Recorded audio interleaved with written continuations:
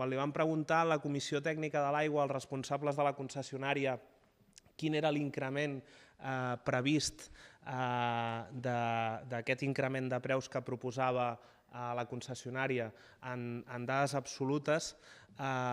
resulta que aquesta xifra que la concessionària preveia ingressar de més si aprovàvem aquestes tarifes coincidia al 100% amb la xifra que la concessionària